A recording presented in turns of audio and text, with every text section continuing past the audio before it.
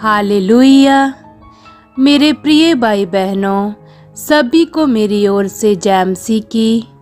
आज मैं अपने उन भाई बहनों के लिए वचन लेकर आई हूँ जो मेरे भाई बहन प्रार्थना तो कर रहे हैं पर उनका मन बिल्कुल भी प्रार्थना में लगता नहीं है।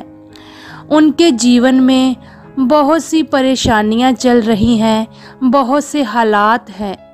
वो जानते हैं कि प्रार्थना करने से इन परेशानियों से छुटकारा मिल सकता है, पर फिर भी वो कोशिश तो कर रहे हैं पर उनका मन प्रार्थना में बिल्कुल भी लग नहीं रहा है। आज जो मैं वचन लेकर आई हूँ प्रार्थना के विषय में, ये मेरे उन्हीं भाई बहनों के लिए है। तो आइए मेरे प्रिय भाई बहनों, आज के इन वचनों को हम पढ़ते हैं।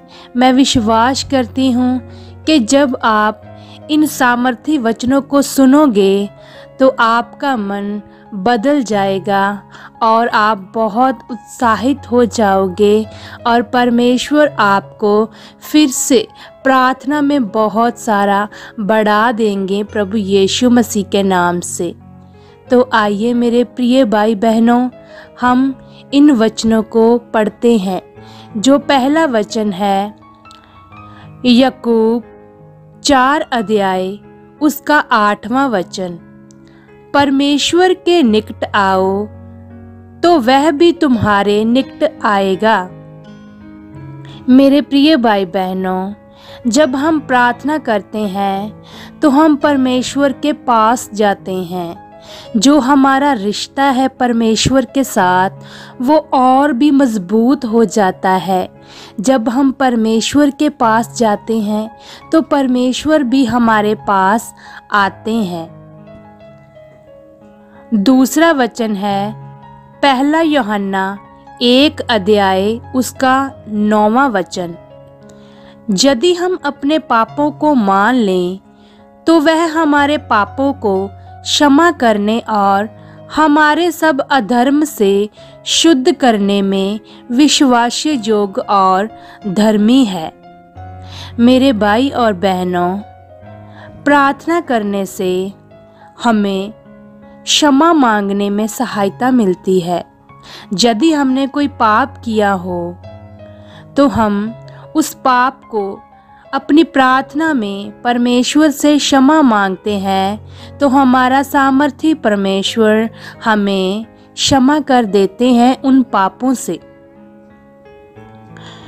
तीसरा वचन है याकूब 1 अध्याय उसका 5वां वचन। पर यदि तुम में से किसी को बुद्धि की घटी हो तो परमेश्वर से मांगे, जो बिना उलाहना दिए सबको उदारता से देता है।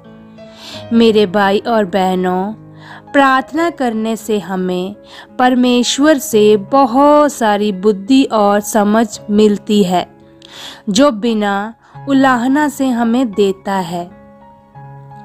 चौथा वचन है मत्ती 26 अध्याय उसका 41वां वचन। जागते रहो और प्रार्थना करते रहो कि तुम परीक्षा में ना पड़ो। आत्मा तो तैयार है परंतु शरीर दुर्बल है।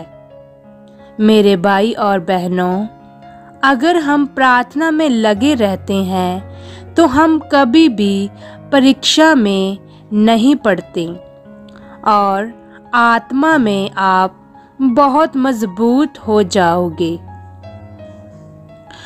5वां वचन है नीति वचन 3 अध्याय उसका 6वां वचन। उसी को स्मरण करके सब काम करना, तब वह तेरे लिए सीधा मार्ग निकालेगा। प्रार्थना करने से परमेश्वर हमारे लिए सीधा मार्ग निकालते हैं। जब हम अपने सब कामों को प्रार्थना में बोलते हैं, परमेश्वर के आगे रखते हैं, परमेश्वर को याद करके हम सभी काम करते हैं, तो परमेश्वर हमारे लिए सीधा मार्ग निकालते हैं। जो 6वां वचन है भजन संहिता 91 अध्याय उसका 15वां वचन। जब वह मुझको पुकारे तब मैं उसकी सुनूंगा, संकट में मैं उसके संग रहूंगा, मैं उसको बचाकर उसकी महिमा बढ़ाऊंगा। मेरे प्रिय भाई बहनों, प्रार्थना करने से परमेश्वर हमारी सुरक्षा करता है और हमें पापों से छुटकारा देता है। जो 7वां वचन है यशाया 40 अध्याय उसका 31वां वचन। परंतु जो यहोवा की बाट जोहते हैं वह नया बल प्राप्त करते जाएंगे, वह उकाबों के समान उड़ेंगे, वह दौड़ेंगे और शमित न होंगे, चलेंगे और थकित न होंगे। तो मेरे प्रिय भाई बहनों, हमने इन सभी वचनों को पढ़ा कि कैसे परमेश्वर ने हमें संभालने का, नया बल देने का, उकाबों के समान उड़ाने का वायदा किया है। जो मेरे भाई और बहनें थक गए हैं और अपने आप को कमज़ोर महसूस करते हैं, तो वो अपने आप को कभी भी कमज़ोर न समझें, क्योंकि वो परमेश्वर सदा आपके साथ है। उसने आपके साथ रहने का वादा किया है, आपसे आपके साथ रहने का वादा किया है। इसलिए प्यारे भाई बहनों, आज ही अपने मन को फिर से तैयार कर लीजिए प्रार्थना करने के लिए, क्योंकि प्रार्थना करने से हमारा जो रिश्ता है परमेश्वर के साथ वो बहुत मजबूत होता है। मैं विश्वास करती हूँ जो आपका मन बिल्कुल भी प्रार्थना में पिछले दिनों में नहीं लग रहा था, इन वचनों को सुनकर आपका मन बदल गया है और आप आज से ही फिर से प्रार्थना करनी स्टार्ट कर देंगे और परमेश्वर आपको और आपके परिवार को अपने में बहुत बढ़ाएंगे और नया बल देंगे, प्रभु यीशु मसीह के सामर्थी नाम में, आमीन। मेरे प्रिय भाई बहनों, इस वीडियो को ज़्यादा से ज़्यादा दूसरों के साथ शेयर कर दीजिए, क्योंकि बहुत सारे ऐसे लोग हैं, बहुत सारे मेरे ऐसे भाई बहन हैं जो पढ़े लिखे नहीं हैं।